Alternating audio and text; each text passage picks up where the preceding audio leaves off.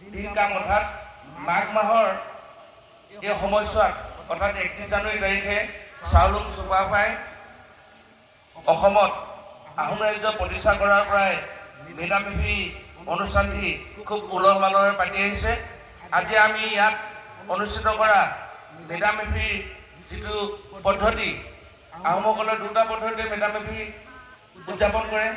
এটা হ'ল ফুৰালুং, যিটো সম্পূৰ্ণ ফলাহাৰ তথা নিৰামিষ, আৰু আমি ইয়াত কৈছোঁ যিটো বানফি, অৰ্থাৎ আমি ইয়াতে আমি কৈছে মুং, গাহৰি, কাই, খাই কাই অৰ্থাৎ কুকুৰা, এনেধৰণে মানে আমি জৰিয়তে আমি পূজা সেৱা আগবঢ়াওঁ। আমি ইয়াত তিনি ধৰণত আমি কৈছে সকলোৱে আলোচনা কৰোঁ তথা আমি কৈছে সেৱকী হিচাপে আমি সেৱা কৰোঁ। প্ৰথম হ'ল দামচাওফি, যিটো প্ৰকৃতি দেৱতা, এই প্ৰকৃতি দেৱতা সন্তুষ্ট হ'বৰ কাৰণে আহোম জ্ঞাতিসকলে এই পূজা অৰ্পণ কৰে। দ্বিতীয় হৈছে দামচাংফি, যি